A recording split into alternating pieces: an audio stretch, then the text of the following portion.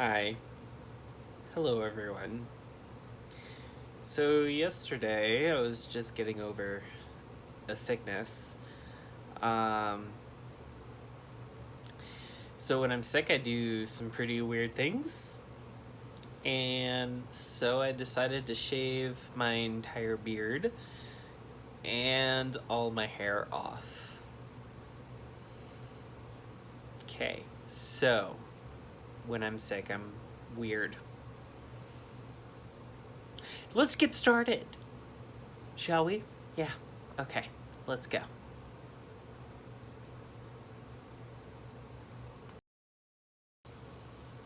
Alright, everyone.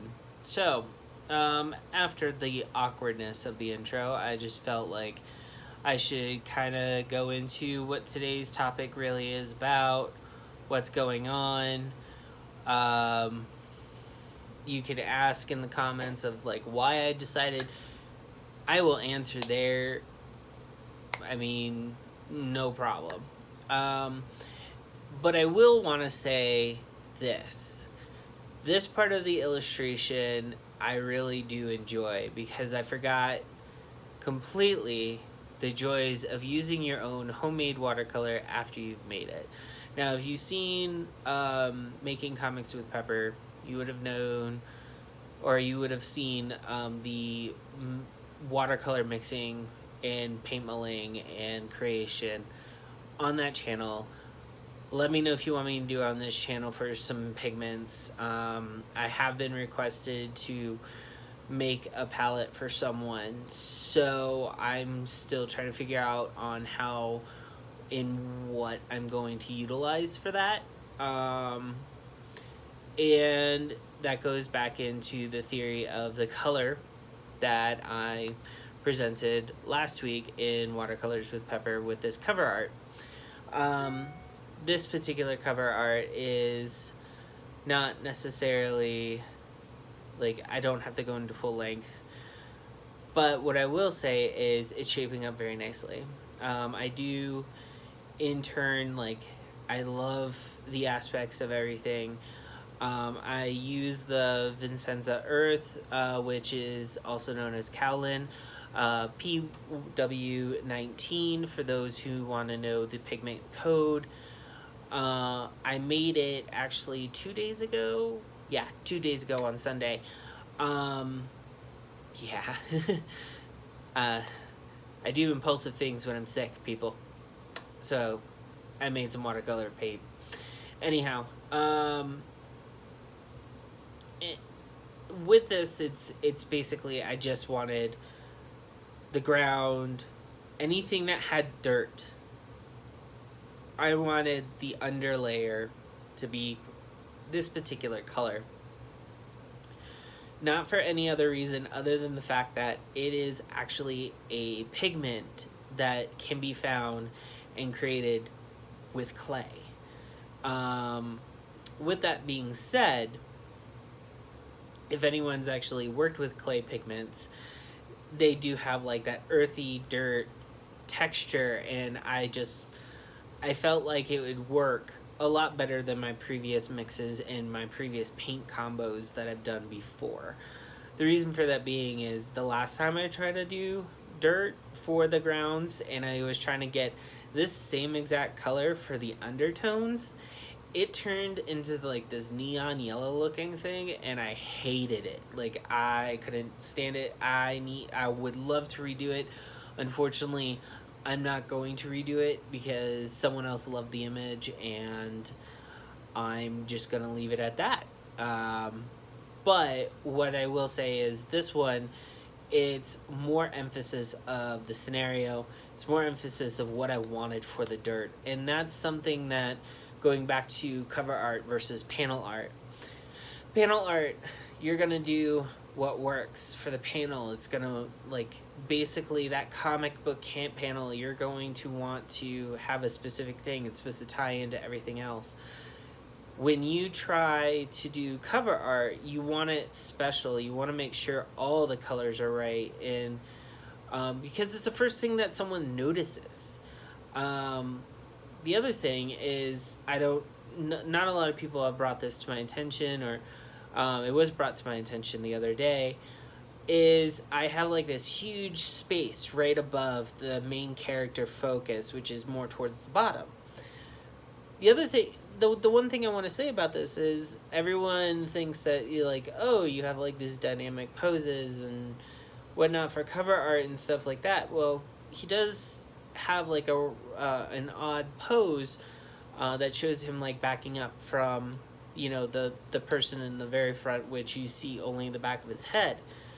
But the reason why that large gap is there, and I have like the weird, like, not really weird, but like more intricate designs and stuff like that, and I'm actually probably not even going to show those designs. That's actually where I'm going to be putting the price. I'm going to be putting the actual title, like, you know, Campfire Stories of Lake Kiki Poppy, right there. It's going to be like, you know, right there. It's going to have the issue number. It's going to have all of these things are going to go right there, like right in that top part. And I know it doesn't make sense to do a whole bunch of details there or a whole bunch of things, is I'm not sure how big we're going to go with that title. And so I wanted to give myself some free reign of how far I can push it. So when you're doing a watercolor piece for a book or comic book or pretty much anything that is a visual representation of what's inside, you have to give some leeway to different aspects of that cover, such as the title words, anything that needs to go on the side. If you need to make a full-on wrap, that's going to be different. That's a whole nother subject. That's not this video. You know, I'm doing single side only, which is good because I don't think I want to do a full wrap with this guy. Anyhow, I'm gonna stop rambling and let you listen to some music, and I will pick it up at the end. All right, have a good one. Bye.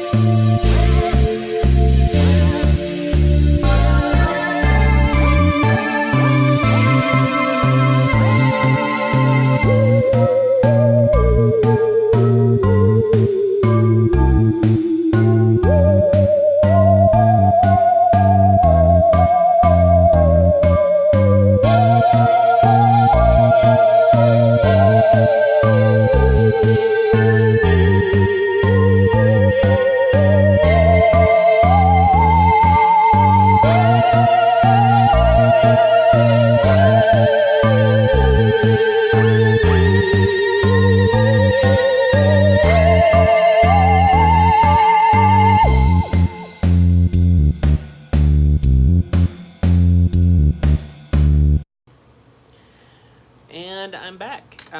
So I guess this topic is just random. It's a continuation of part one. This is part two, obviously. At the very end, I decided to do a close up because the original footage wasn't really like. I wish I could do the whole thing, but I had some issues with the video, with the close up for the whole thing, and that's why you only got it in certain spots. The best parts of the video, at least. Anyhow, next week we're gonna try to wrap it up or get as close to it as I can. The main thing is this very final end is I was shading in the very, very back. Right now everything's kind of very light toned in the foreground because, let's just say, I'm still deciding how the lighting effects are going to come into play, where the shadows are going, what color the shadows are going to be for certain items. That's a key point for your cover art. You want to make sure everything's shadowed properly, so that you can make sure that no one's going to go, oh, that's bad, ooh, no, ooh, that's gross. Anyhow, have a good rest of your day, and if you want to see more, subscribe. Thanks. Bye.